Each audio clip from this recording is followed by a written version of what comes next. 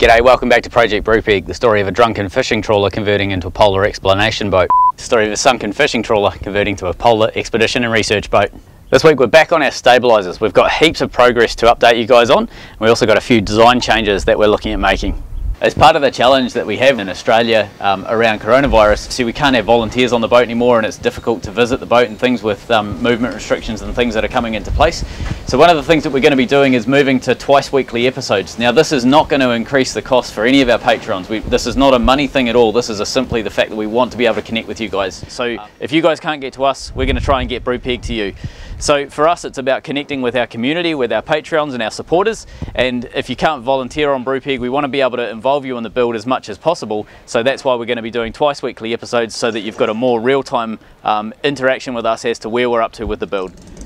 Some of the design changes we've made is, rather than relying on this weld here taking the brunt of the strain, we're going to put in some reinforcing. So we've got some 100mm by 10mm flat bar.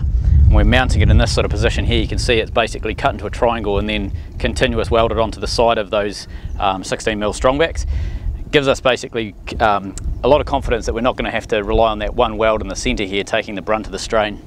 Some of the other changes that we're making is to our stainless plates. So these plates were going to be the hinge that the hinge that goes between the arm and the wing.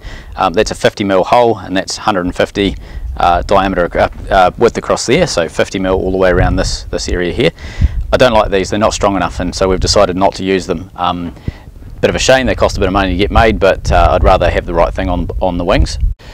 We had a viewer, Chris, get hold of us, a guy who's a commercial fisherman down the south end of the country, and he's built a number of these types of wings. I think he's built 3 or 4 sets of these wings from memory, but he works with a boilermaker that's built maybe 20 of these different wings, like 20 sets of wings, so a huge amount of experience around what we're actually trying to build. He gave us he reached out on a message and let us know some of the issues that they've seen over the years, some of the things that have worked and some of the things that haven't worked, and as a result we're going to be designing some of the potential issues out of our wings based on their experience. One of the things he said was, don't use stainless on your hinge points, use mild steel. So we've got a slab of mild steel from the scrappy. This is 20mm thick mild steel. I would have liked to have gone maybe 25mm, but they didn't have any, so 20mm is going to be enough. We're going to essentially cut out basically like a lug, put a 32mm hole in it. We're not going to go to the 50mm, we're going to do a 32mm hole, and then they get sunk down into the wings. So somewhere along here we'll cut a square out and we'll sink the it'll look pretty similar to the stainless ones that we were going to put in, but they'll sink right the way through the wing and they'll weld onto the structural member. So as the arm is pulling up and down and taking the load and that sort of thing, it's transferring it directly to this really strong structural member. We'll also put some bracing in across this way as well, so we're going to do a lot of beefing up, and partly that's why we've also put these on, is just to really give a lot of strength where we need it. One of the other changes that we're making, which is a reasonably large design change, is ditching our arm design. So the arm design that we had was based around hydraulics.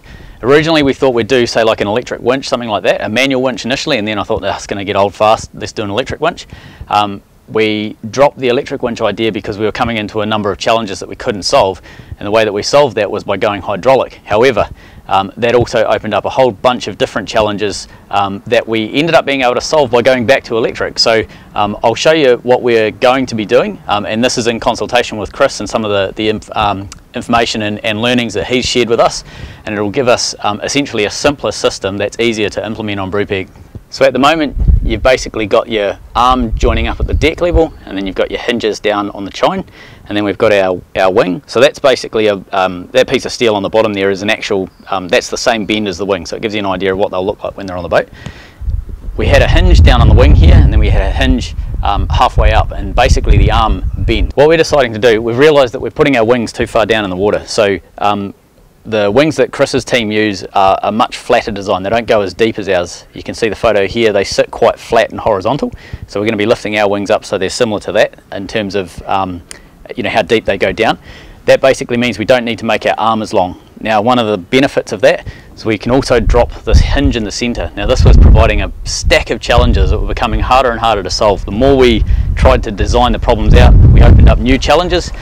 One of the things we're going to be moving to is a solid single arm.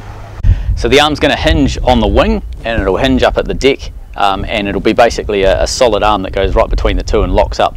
Now when we lift the wing, the top of that arm is going to try and slide up, so we need to basically make a slider that allows that arm to travel all the way up and just go vertical. So when the wing is in its vertical position, the arm will be sticking up higher. It sticks up about 800 mil higher than the roof on Brupeg, which is okay. That's about a 3 metre travel from the bottom from the deck, where essentially the locking pins are, to the top of its travel was about 3 metres. In an ideal world, we'd use a stainless, pressed up stainless slide.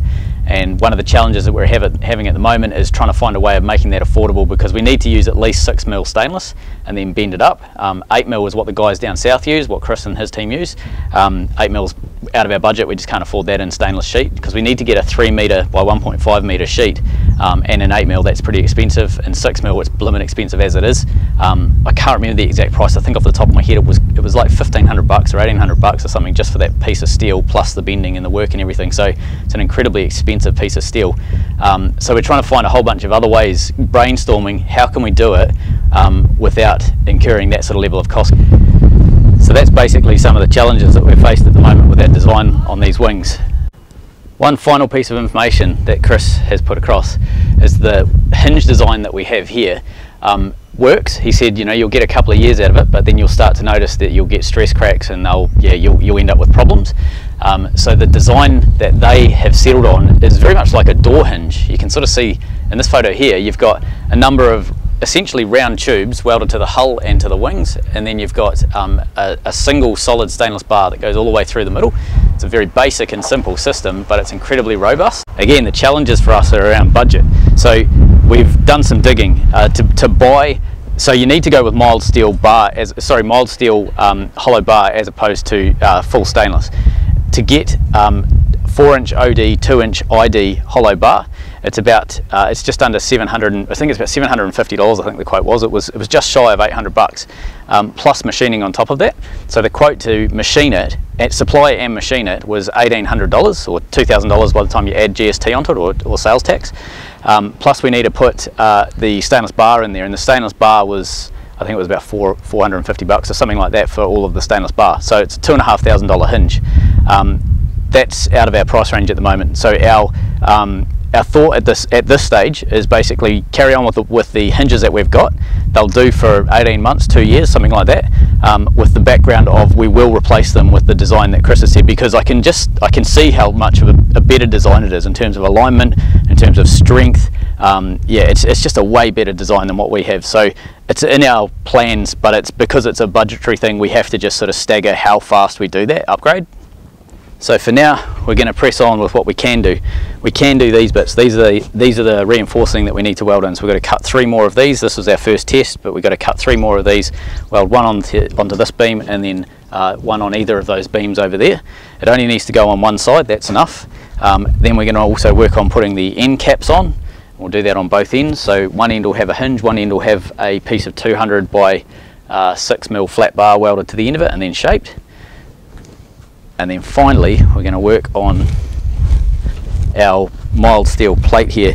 We're going to start cutting that into the shapes that we need for our lugs. So you can sort of see you've got a continuous weld on the secondary strengthening piece that basically goes right the way along the top. Now I have ground that because I wanted to make sure it was below the surface, because it can't touch for the skin and all that sort of jazz. But it's well below the surface. It's only right in the middle that we had a couple of bits that were a bit higher. But that's a weld that goes around 90% of it. The only bits we can't get in is right in the wee corners down here, but we've put a big beefy weld you can sort of see onto the skin there, so that'll be fine, there won't be any drama. But it's welded mostly along the bottom and then all the way along the top. So we'll do one there, and then when we come over this side on the wing, we'll do one on this beam here. It'll actually be on that side of the wing there, of the beam there, but yeah, so it'll essentially take over from that weld in the centre, just in case there's any issues with that weld. I don't think there will be, but just in case, it means that we've got a massively strong bit of steel taking that load and spreading it over the rest of the wing.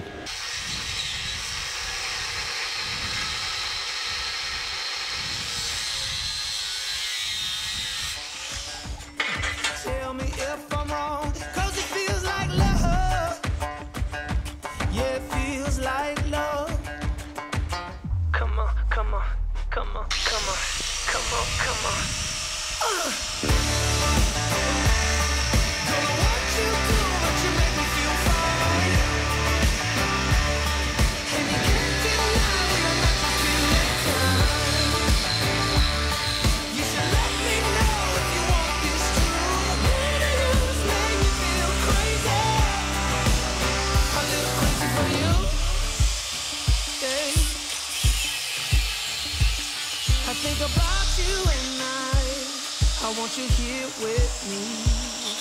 Am I out of my mind?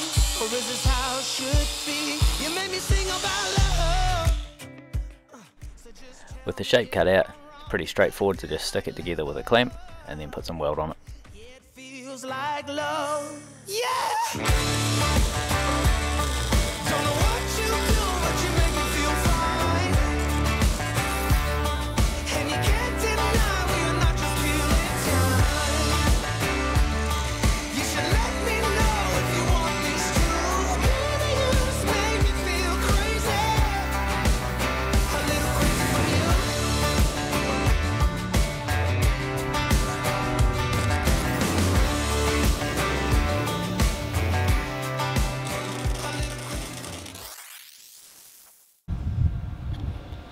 Our little mate here, the stray, was just sitting here, just randomly walked out, just sat in the middle of the yard here like this, and then a whole bunch of birdies are now all over that boat up there.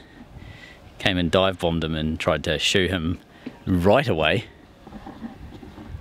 He didn't flinch, he just sat there. He's like, yeah, whatever, seen it. Over the last couple of weeks, Damien and I just worked steadily at getting the welding done on the wings and getting the braces in. Walk slowly and talk slowly. You are.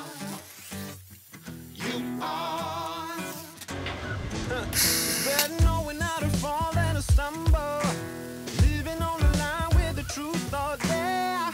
I've seen you on the radar so many times. I don't wanna end up hiding. I don't wanna end up fighting. So if you're coming close when I need you the most, slow it down. You better walk slowly and talk. Yeah. Talk slowly. You are. Move slowly.